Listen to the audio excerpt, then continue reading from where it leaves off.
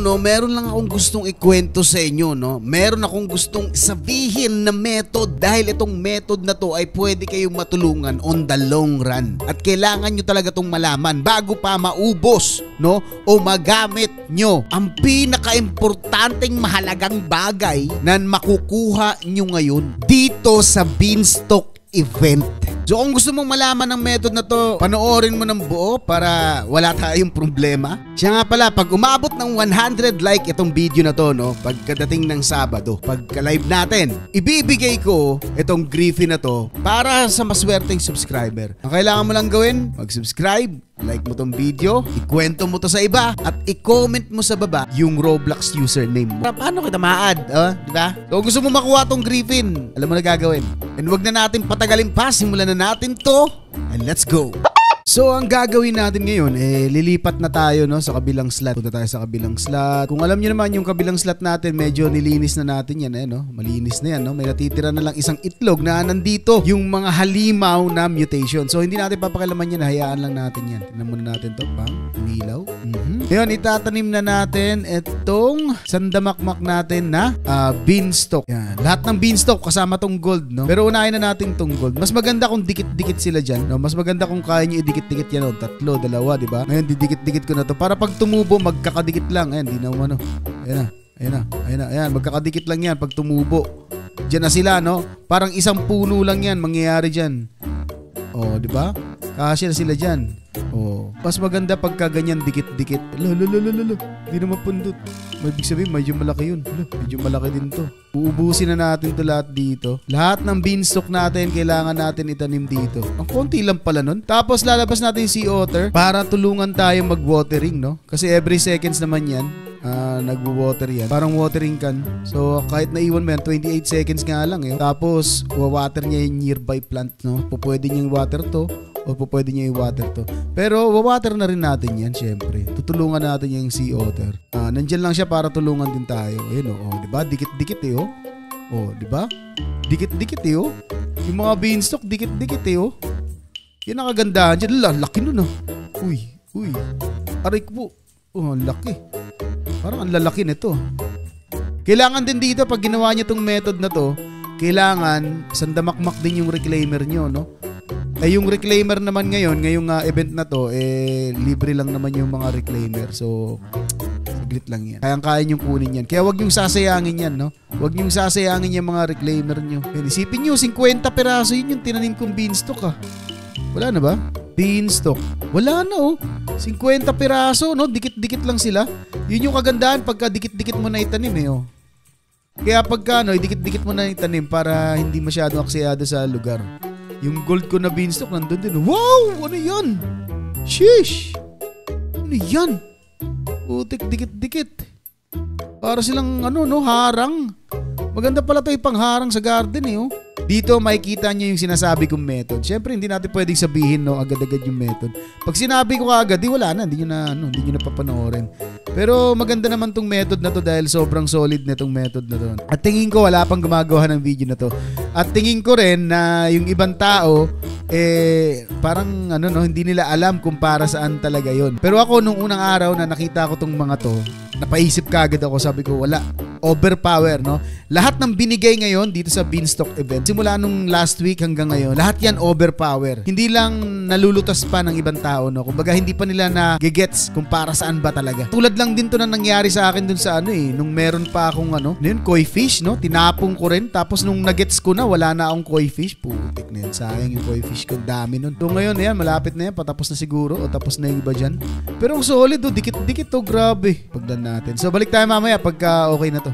So meron akong 4 na chest dito, no. Gusto ko lang ipakita sa inyo kung gaano kabilis kumuha ng Griffin, no. Ito. First roll. Elk. Okay. Second roll. Tingnan natin. Boom. Diba? Ganun lang kasimple.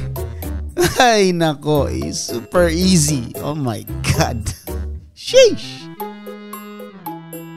Third roll.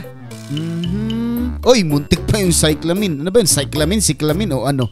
Basta may clamin. Hayop. Fourth roll, 4 lang to. Muntik pa yung cyclamen, lumagpas na naman. Callia lily. So, yun, no? So, balik na tayo sa ginagawa natin. Punta na tayo dun sa method na sinasabi ko, ha. Ito lang masasabi ko sa inyo, no, sa mga nanonood ngayon. Wag na wag nyong sasayangin ang pet shard nyo. Ano bang pet shard yun? Itong giant bean pet shard, no? Wag na wag nyong sasayangin yan. 'Di ba meron tayong achievement na gagamitin yung mutation, pero ito isang tabi nyo to, no? Kasi ito ang pinaka OP, no? Kapag meron kayong beanstalk. Kaya nga ako nagtataka kayo kung ba't nagtanim ako ng sandamukal na beanstalk dahil yan dito. Ipapaliwanag pa natin yan dito sa video na to, okay? Meron ako ditong eco frog na nilagyan ko ng pet shard na yun, no? Isa pa lang kasi nilalagyan ko itong giant bean. Una kong nakita tong pet shard na to, no? Yung sabi ko, 'di ba nung nasa live tayo, sabi ko yung mega, mamimega ko na lahat. Pero kung titingnan natin, magkaiba yung size ng mega at saka yung giant, no? So, ibig sabihin, hindi pa rin bababa yung value ng mega. Para sa akin, maliit pa yan eh. Kasi itong mega, yan, malaki talaga to. Layo ng itsura niya, no?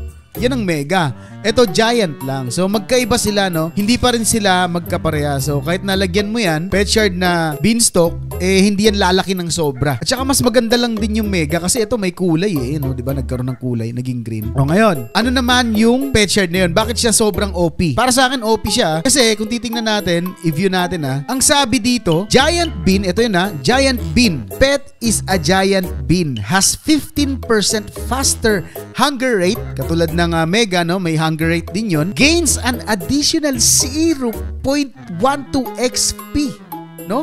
For each beanstalk planted in your garden. Yan, kung makikita natin, nagtanim ako ng 50 beanstalk, no? Dahil yun yung effect niya, no? Kailangan mo magtanim ng sandamukal na beanstalk para bumilis mag-level yung mga nilagyan mo ng pet shard. Ano ba yung pwedeng gawin nito? Dito ko nagagawin yung method, no, na kung saan gagawin kong rainbow, yung mga gusto kong gawing rainbow gamit ang pet shard na ito. Tingnan natin yung nadadagdag sa kanya. Kung nakita nyo, 47, 55, 63, so 73, 80, 88. So mabilis, no? Ngayon, no? Baka sabihin nyo, mabagal pa rin yan. Siyempre, mabagal pa rin yan. Ngayon, gagamitan pa natin siya ng isa pang method. Ano yung method na yun? Yung pancake method at ang capybara method. Lapag muna natin tong pancake stack. 1, 2, 3, 4. Meron tayong 4, no, na pancake stack. Ngayon, nandyan na lahat, no? Nandyan na lahat ng capybara. Kanina parang 10 lang yung dagdag, di ba? Pero mabilis yung pitik. Ngayon, tingnan natin kung ilan yung dagdag. Tingnan natin, view natin. View 37, 78, 200, 46, 78, 95, 300. Mabilis na yan, Brad. Siyempre sa akin, mabagal pa yan, sa totoo lang, no? Pero may mas mabilis pa dyan, Brad. Lalo na kung nakakuha kayo ng rainbow na capybara. Mga huge rainbow na dilo, di ba? Tsaka kung ano-ano pang pwedeng magbigay ng experience para lang pabilisin yung pinapalevel mo, no? Ito namang tinuturo natin, itong kinukwento ko ngayon na method. Sinasabi ko lang to para dun sa mga tao na walang giant something, giant ganito, giant ganon. Ba, yung mga normal na tao lang kagaya ko. Pag wala kang mga giant na ganon, ito yung pinakamabilis na method para magpa-experience o para magpa-level ka ng mga pet mo. Now, sa lahat na nakapanood ngayon, ang malapit doon, pag nagka-stack ng beanstalk, pwede ka uling bumili at lagyan uli ito ng beanstalk kahit punuin natin to ng beanstalk. Kaya ang masasabi ko lang, wag na wag niyong sasayangin beanstalk pet shard na yan. Wag niyong sasayangin yan dahil sobrang OP niyan. Isa lang yan, no, sa mga OP na ibinigay sa atin ngayon. At saka pag ayaw nyo na ng kulay at gusto nyo lang pa-level, pwede nyo nang gamitan ng cleansing shard, no? Yung cleansing pet shard na makukuha nyo dun sa gear shop. So may tips din pala ako sa inyo, no? Kung gusto nyo mag-craft nung bean na pet shard na yan, kung meron kayong talunan, no, o yung katulad ko, no, meron kayong jump pad na mataas yung talon, ito, katulad nito, pwede nyong makraft yan kahit wala pang beanstalk, no? Yan, tips na rin yan, no? Pwede nyong makraft yan.